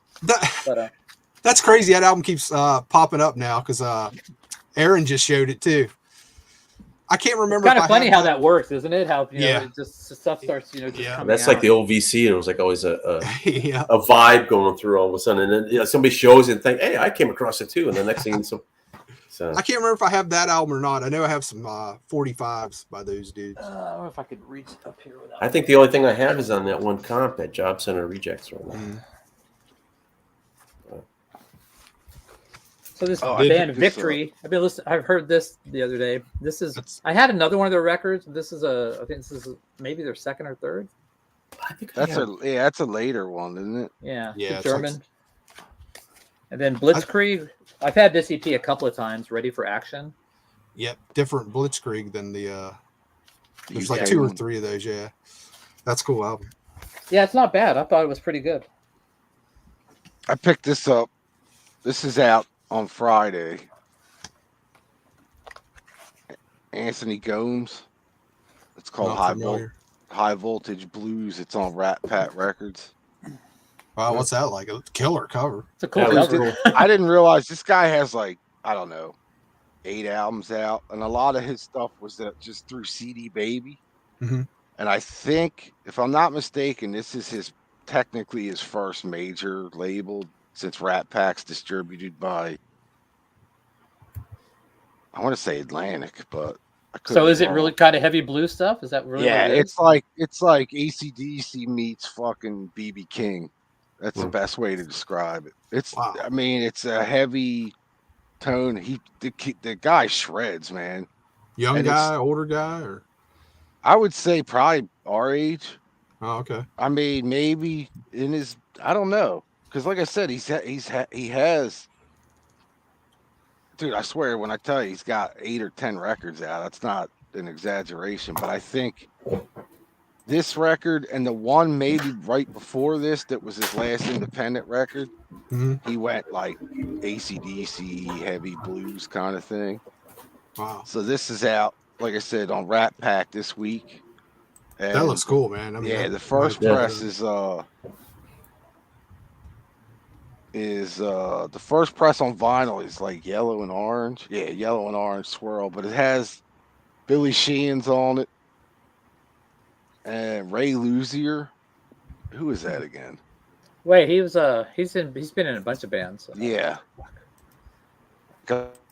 Players I don't know, but I would imagine they're more modern blues players, but fucking killer, man. You could definitely check that out. He's in Korn. He's a drummer for Korn. That's it. That's right, yeah. Wow. There you go. You're talking about sorry, go ahead. When I saw the cover, Greeno, I thought the same thing. I'm like, all right, well, I'm definitely gonna check that out, just by the cover. And then when I listened to shit, man, what track was it? I think it was called Painted Horse. Yeah, the first tune. I was like, all right, I gotta order that. So what's the name of that guy again? Anthony Gomes, Gomes. And the album's called High Voltage Blues. I think he had a. Hold on a second. No, that's a different guy. Ray Gomes, that's the other guy. Ray Gomes was the other guitar player. He was in I think that name's familiar. Ray Gomes. Yeah, this guy's got a shitload of records. I know, it's crazy. But like I said, I think this one's technically, I guess, his first major distribution one or major label one, if you want to call it that. Because I think everything else was through CD Baby. Huh. Right on. But yeah, fucking definitely Greeno, check him out. I think you can listen to the probably whole record on YouTube now. So yeah, definitely do that. Here you go. You were mentioning Rush. Here's a live Rush from '78. I just spun the other day. Man, this thing is. Oh yeah, got that. Yeah, it's good. You checked it out, Vince? Yeah. I think it's pretty decent. Yeah, I mean, this is like full on 2 LP. That's on Vern, isn't it? Yeah. Yeah. Oh, so that's a straight up. Is that a boot? Yeah. But it's like, this is the stuff I'm talking about, man. Like, why isn't Rush putting this out? You know what I mean? It's crazy. I mean, this is pretty close to a regular live album. You know what I mean? That band would put out. I guess a lot of it has to do with the label. Oh yeah, absolutely. How they're going to make money off it? Who has the licensing, the publishing? Because I mean, probably saying, how did they record it? Or did they record every tour professionally? Look at the guys. Soundboard, or is it somebody's reel to reel in the back somewhere? Yeah. Look at the guys that own their own catalog. They're the guys that do the live shows every show. Metallica owns their catalog, so every concert's available. Pearl Jam, I believe, owns their catalog. Yeah, they do the same.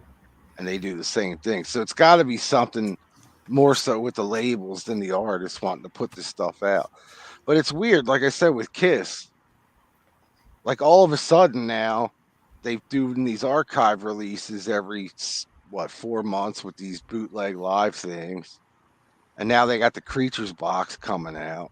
Well, they got to stay relevant too. I mean, if they don't have stuff that they're putting out, then people start forgetting about them, and if they're not going to really be touring a lot, then you got to stay relevant. It's just weird that all of a sudden now that they're going on the farewell and leaving, that all of a sudden now they're putting this shit out and the label's backing it. Well, that's what they're. Someone probably told Gene Simmons, "Hey, you can make some money on this." Oh, hey, why not? Well, that's true. Yeah, that's why I figure that's what they're going to do now. They'll be pumping shit out like crazy now, I bet.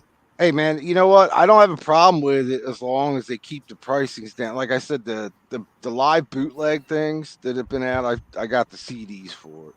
For the live stuff, they should just make them downloads. Get nice, high quality, high resolution downloads, and they should do that. I mean, that there's no overhead. It's make them like $5-10 a piece for the people, and then they might as well win for everybody. They're not putting any thought into the packaging whatsoever. How much are the records? My cost on the 3 LP ones are $46. Yeah, I mean, that's for the bootleg cost. stuff. Just make them digital downloads, man. It's like, I mean, so like if I bring those in the store, I gotta charge at least $54 for them. What's that? Local? You're not making shit on that. No, we don't make shit on any new titles. I saw a local shop just posted today. I guess it comes out this week. They got a bunch of them in. Of Alice in Chains Dirt. Yeah. Getting reissued. 2 LP set, $38. Yeah. That's not a bad price. That's a fair price. I got one reserved. Hopefully you'll pick that up. And no, the vinyl prices have skyrocketed the last 2 years. I mean, I like it because I like chains and I'm into that, so I'm gonna get it. But yeah, it is a little steep. I do too. I mean, and if it was a reasonable, 25. Well, see, this is what's gonna happen. This next 5 years now, because they've been doing it for 2 or 3 years. Everything like these higher, higher sellers like the Dirt are going to be the big titles. Yeah, they're going to be fucking expensive as shit, right? So they're going to try and cap out. All right, the real collectors or the real fans of this certain band, like Alice in Chains, Dirt, are going to go out and buy this no matter what. So what do you think? 10,000 copies on vinyl, maybe. Yeah, I don't know. I'm If not good that, with the numbers like that. Yeah. I mean, I'm Trying just to going by quantify. what they do by record store day. Record store day, anywhere from like 500 copies to, well, Yeah, nowadays, 10,000. Yeah, 14,000, 15,000, depending on the title. Yeah. So say they press 25,000 copies of Dirt, like this new one that's coming out Friday. Well, if it sells, say 3 years from now, that title's going to be worth probably like $100 because it's going to be out of print again. So what they're doing now is they're putting all this, virgin vinyl, 180 grams. They're doing it to hit the collectors of these certain artists. So these certain artists pick all this shit up, and then 10, maybe not even 5 years from now, they're going to put out the regular fucking things. They're going to drop the prices like they did back in the 80s because people are going to stop buying them. Yeah, which it's already happening. That's what I'm waiting for. Yeah, everybody's not buying vinyl, so it gets cheaper. Everybody. Yeah, the prices are ridiculous, especially and like I said, I always say this on the show, but I buy independent stuff at the store just for me. Like I bought a new record from a band called Rat Bones, and they're like an Italian punk band. It's an independent label. I paid $13 my cost for it here, and there you go. It's a beautiful packaging, 180 gram. I think it's colored vinyl, nice insert, and it's an import. But yet you get, Dirt comes out and it's $38. My cost on Dirt, for no lie, was $33, dude. But that's 2 albums. That's two pieces of vinyl that they have to like. Yeah, but you're only making like $6 on it. That's all. You're not going to make much, No, not even that. All those. And how good is this Dirt going to sound? I mean, is it going to sound worth a shit? Like those Blue Notes, the new Tone Poet reissues they've been doing. We sell them for $34 generally when they're around that. Our cost on them is $28. Like that one? Yeah. Like this one? Yep. $28 is our cost, and I think the list is $34. So we $34.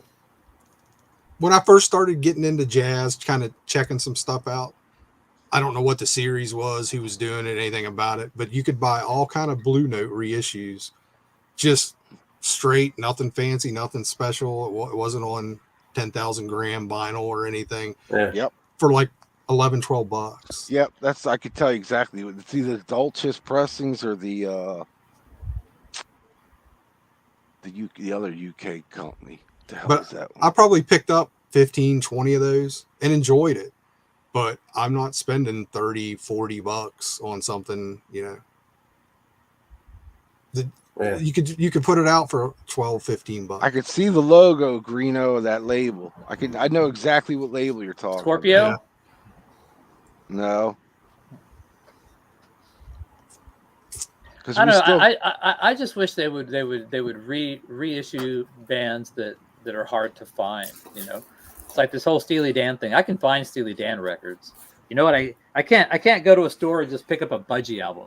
It's like, but I can go and get a Steely Dan album, which I've been listening to this, by the way. I love Budgie, and this is a UK pressing I finally got a hold of. But is it Waxworks or something like that, Greeno? No, Waxworks does all those horror movie soundtracks. All right, they do a lot of soundtracks. Yeah. It's Wax something. I can't remember, but it was in the UK. They were just budget friendly, affordable. Yeah, here, check out awesome old jazz. You know what I mean? They're taken from the CDs.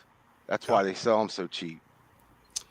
Which Wax Time? Wax Time is the one you're talking about. Wax Time. That's it. Yeah. Wax Time. Yeah, that's why they sell them cheap, because they're already pressed. They don't have to make a plate for them, or I guess they do have to make a plate. But I mean, why buy the Wax Time when it's like you might as well just get the CD at that point, because they're cutting it from the CD.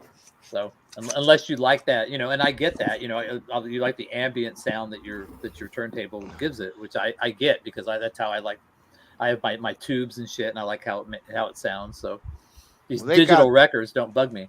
Yeah, they got heavy on doing all those jazz reissues, and they went either they did the '50s rock stuff first, some of it, or they did it together with the early jazz stuff. And they got into little blues stuff, and some of that stuff is now public domain. You know, a lot of that stuff, Yeah. that they started doing public, and they can legally do it. You know, Yep. because the copyright is so old that the copyright is public domain.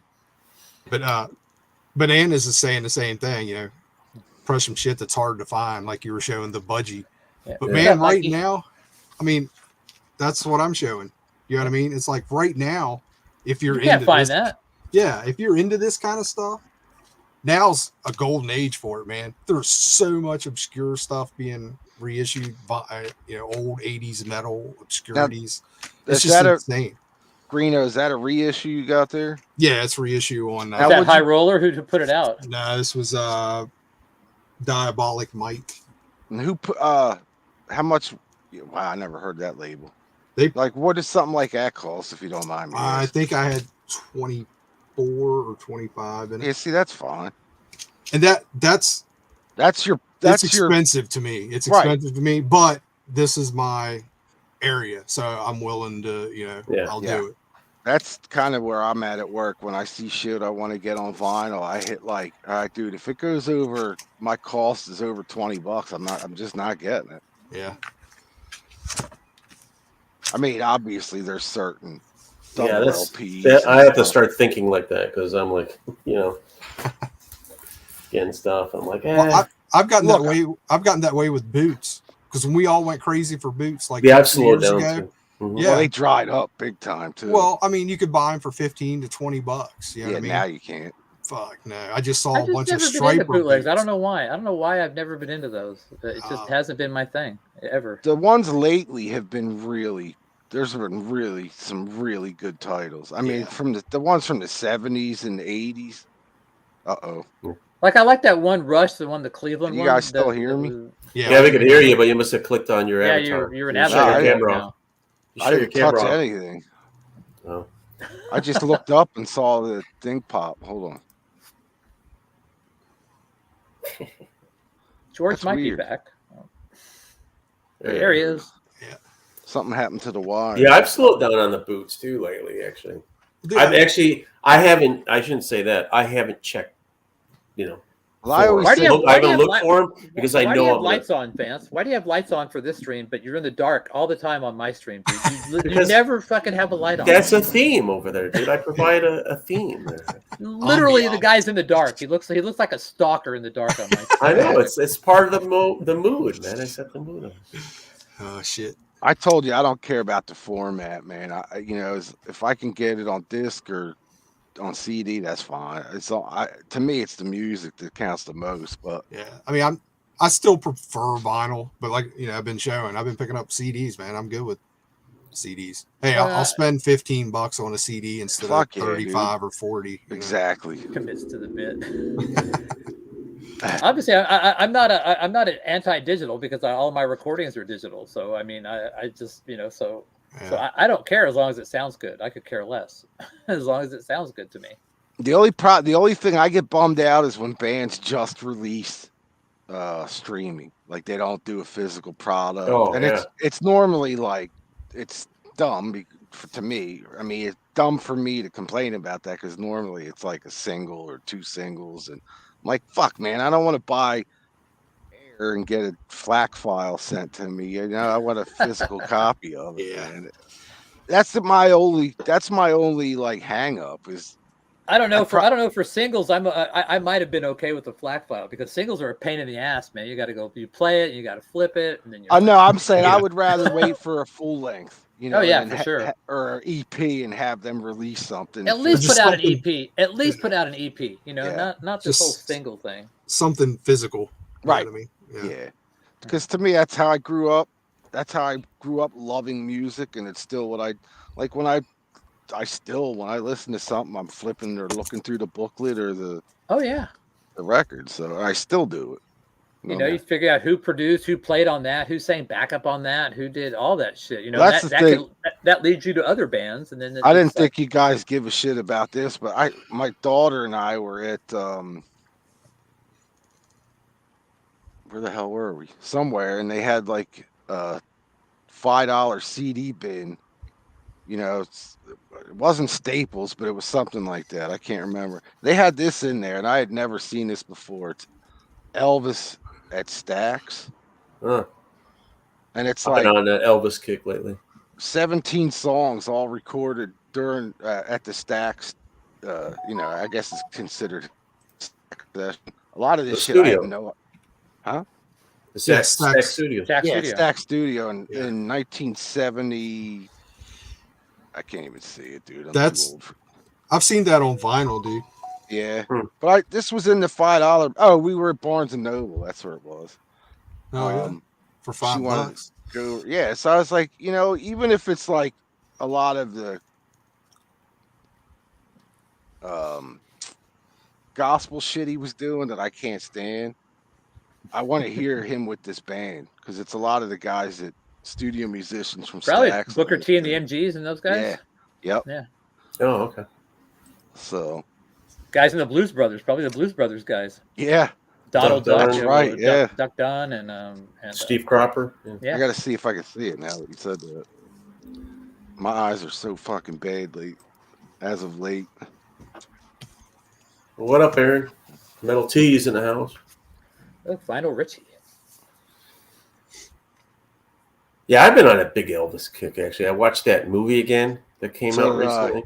And then I just started pulling some records out, yeah. And all I have, I just have the 24 karat hits. He was a badass in those early days, man. Well, the thing I liked, 1973 in Memphis. That's when this stuff was recorded. It doesn't have the people. But anyway, the thing I loved about Elvis, the movie, and I know we talked about this last time, I think. Maybe we didn't. But the second time I saw the movie, I watched it by myself like one morning because I get up at like in between 4:30 and 5:30 usually. And I was drinking coffee. I'm like, you know what? It's on the internet now, so I'm gonna watch it, dude. I completely loved it 10 times as much as I did the first time. I don't know why. Really? Yeah, I think it's a great. Not only is it I can't say it's a classic film, but it's a good film. It's a really good film. But yeah, like you said, it just got me into more of the music than anything.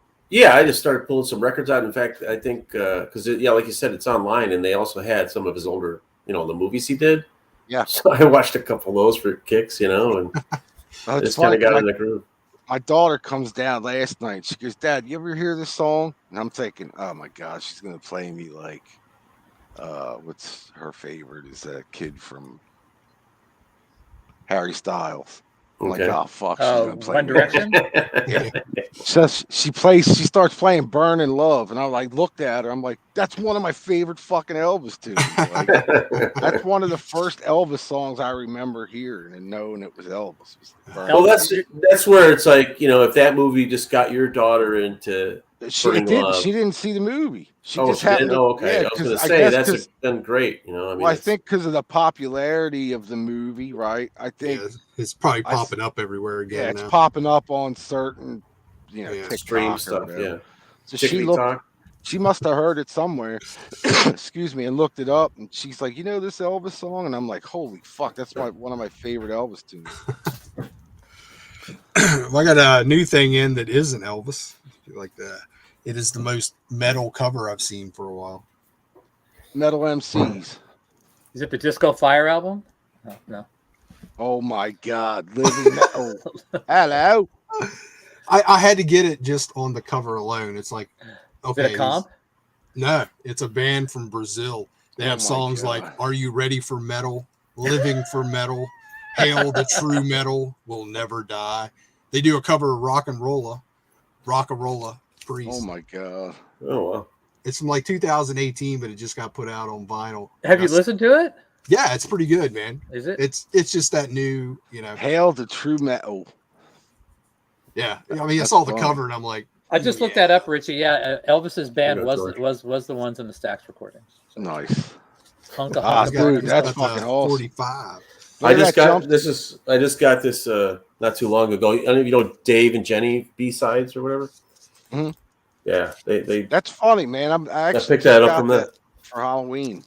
That outfit. Did you? Yeah, the red jumpsuit. Right. Nice with the cape. I might stretch. Oh fuck yeah, dude! Fuck yeah, you gotta have that. You gotta have that cape going. Vance, you know me. I don't leave the house without a cape. Right. Aaron, you and Rick Wakeman. A cape and a monocle. Aaron, which cover are you talking about? For Chromie D? Would that your Living Metal one? I have to. I thought he meant the Elvis Presley in the jumpsuit. Or the Disco Fire. No, that's Texas Mike style. I'll rock that jumpsuit. Or no, who's that new guy? It's not Texas Mike. He has a new character on there. It's a new character. It's kind of fishy. I don't know. He's a little iffy on that. I've been watching the Chromie D show. Mm-hmm. Got to watch that guy, the new guy on there. Not music related, but I'm adding to my 70s made for TV movies collections. Oh my Ants. God. Oh my God, I remember Ants. I do too. What's the other one? Tarantulas? The Deadly Cargo. This one, or Tarantulas, is fantastic, man. Ants has. I think I actually saw Ants movie when it first. Is that Sheriff? Yeah, Lobo? I think I did too. Yeah. Is that Suzanne Summers? There's a ton of people in them, man. I do remember that. Yeah, it is Sheriff Lobo. God, I love them, man. They're awesome. Fuck yeah, I gotta look for that. And then I picked up Village of the Giants. Oh wow, look at you! I love the cover. The cover, he's hanging off her titties. He is in the movie too. They got a little doll hanging off of her. That's funny. It's awesome stuff. And he looks scared. You tell me we'd be all four of us would be looking at those titties like with a big smile. All the covers of us would have a smile on our face. Mikey, make sure you get that Thigh Master on the next Grown Man Record Night if you're going to bust out the Thigh Master. So, Greeno, I found this at the local record store for cheap. This Rhett Forster solo record. Yeah. So, that's cool. So. That's come with a couple different covers too. Yeah, this was a different cover, and it was sealed, like $10 sealed. So that's cool. Well, I got to take that home. So I like Ride a lot. See, somebody just watched Tarantulas 2 weeks ago. That's funny. It's a great movie. Oh my God, Tarantulas! Ants is actually the better movie, I think. So. Greeno, you get this magazine? Nah, I've seen it, but I haven't picked that one up. Yeah. This fucking magazine makes you cry, dude. You're like, oh fuck, I but if you're in the 60s and 70s and 80s toys and retro fans, fucking Julie Newmar. Yeah. Yeah. Eight-Legged I love seeing stuff like that. Eight-Legged Freaks, that was a good one too, man. That's my favorite Spider film, I think. The Blob. That was a horrible movie. What was the one with Shatner? Frogs. No. That was Devil's Reign. Devil's Reign. Was that the one with the spiders? No. Devil's Reign was the cult thing. Yeah, Shatner was in Devil's Reign. That was his.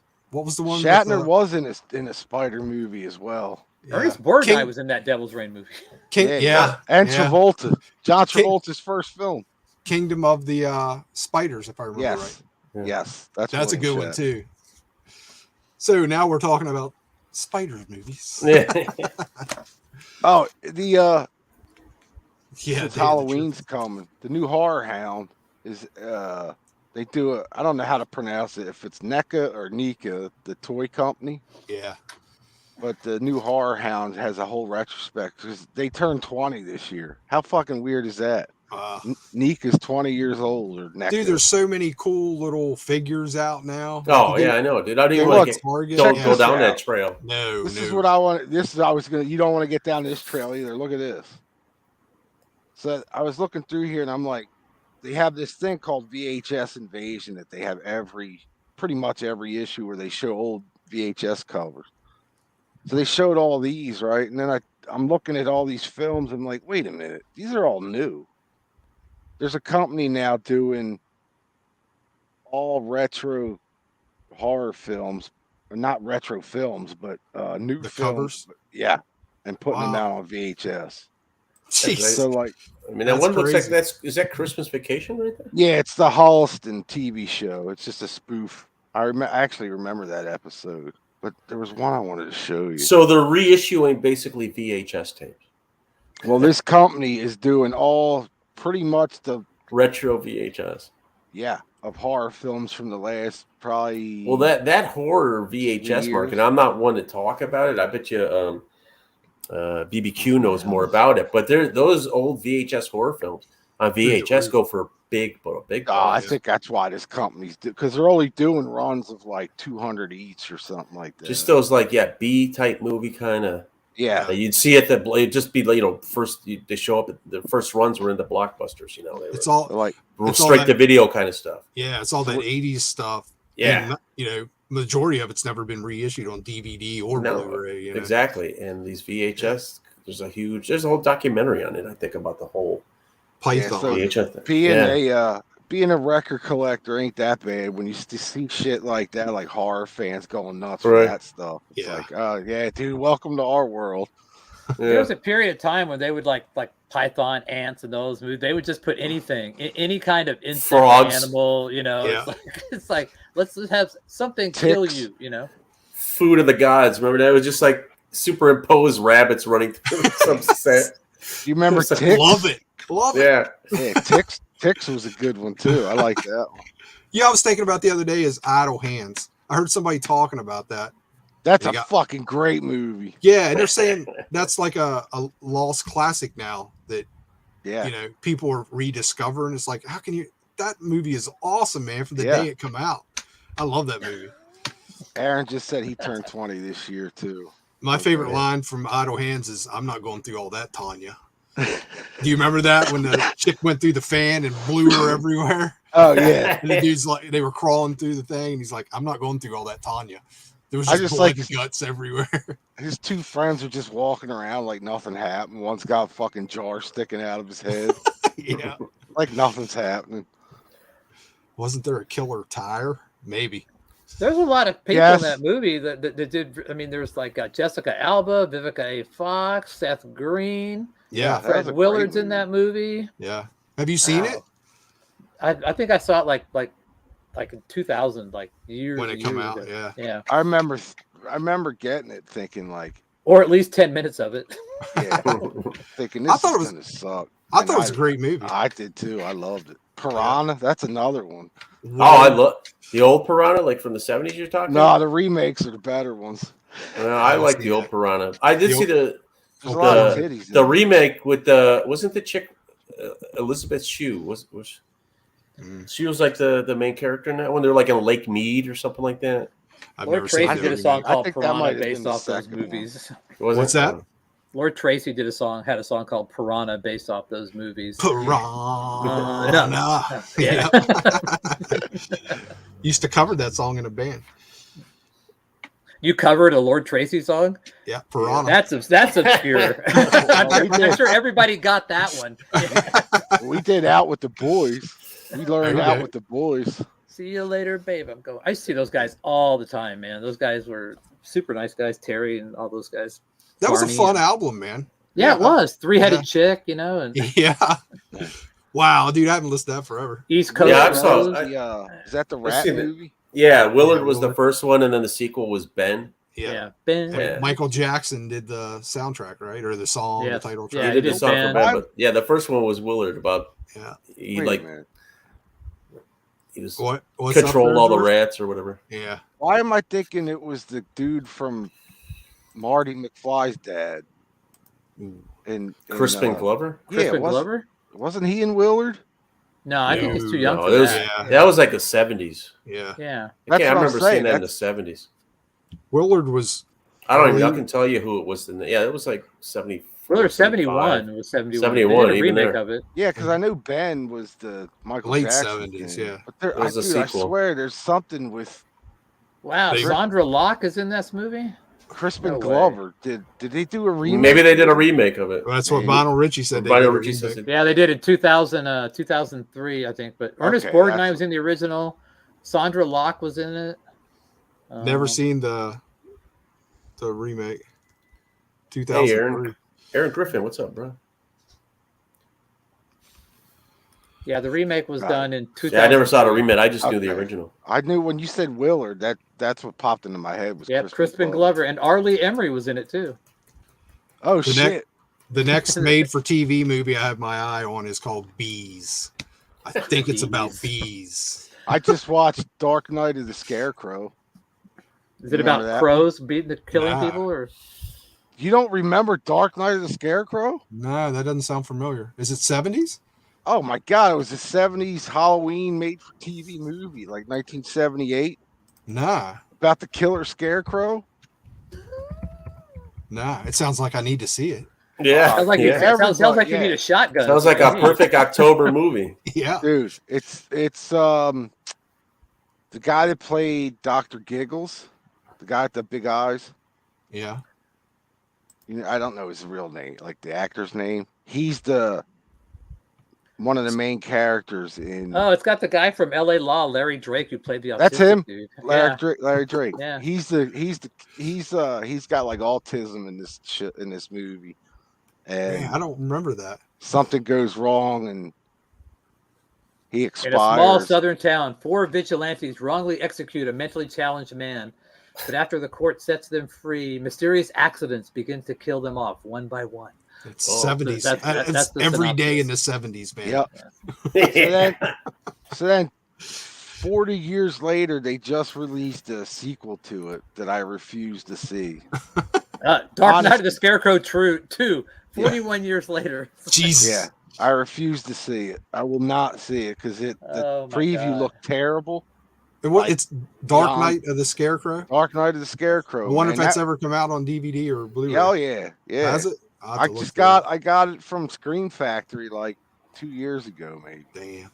No, it's probably sold out now. No, I think they reissued it. It's probably on Tubi right now. So. Probably. Shudder. I bet you Shudder has it too. If you have Shudder. Let me ask you this, Greeno. Since you like all those kind of movies, do you go out and collect soundtracks for that kind of stuff? No, I've never been a soundtrack guy. I have soundtracks because I would find them cheap. It's like, hey, right. I like this movie. I'll buy the soundtrack and never spin it. Yeah. Yeah, because I found it for 50 cents back in the day. But I've never been a soundtrack guy. Unless it has something cool, like that's kind of if it's like a band sound. I'm just saying just those old Transformers. Yeah. But now like we brought up Waxworks, and they do a lot of soundtrack stuff. Yeah. Way too expensive. Spectre General on this is actually Kick-Axe. Oh, really? Yeah, they couldn't be on here as Kick-Axe, but they went by Spectre General. Huh. But what was I going to tell you? Somebody just...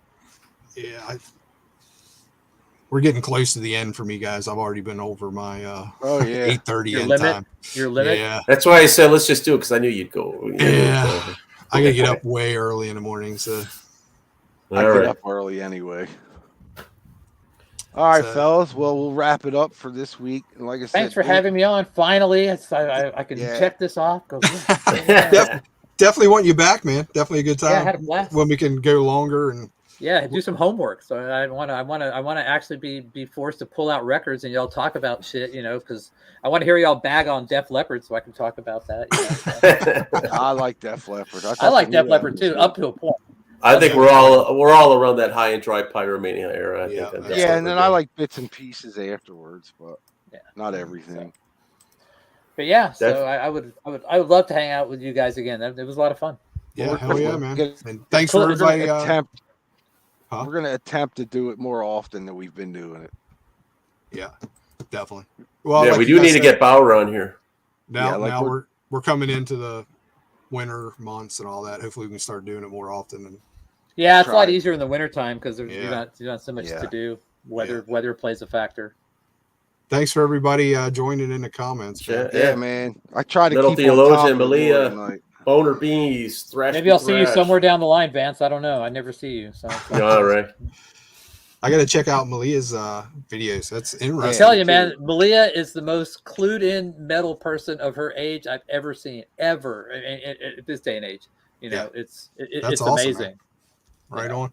Yeah, I think she only has 2 up, but when she's on the stream, she's pulling out bands and stuff in the chat, and we're like, what? And then you know, she's schooling us sometimes. She's like, "Oh, can you play Sabotage? You know, can you play?" Yeah, for 23-year-old, that's awesome. That's pretty good. Yeah, man. Like I said, you know, she asked for a Leatherwolf song. I was like, Yeah. okay, you know, that's legitimate right there. Yeah. She's gonna post a few vids next month, she said. Right on. I'll be definitely be checking out your channel, man. That's interesting.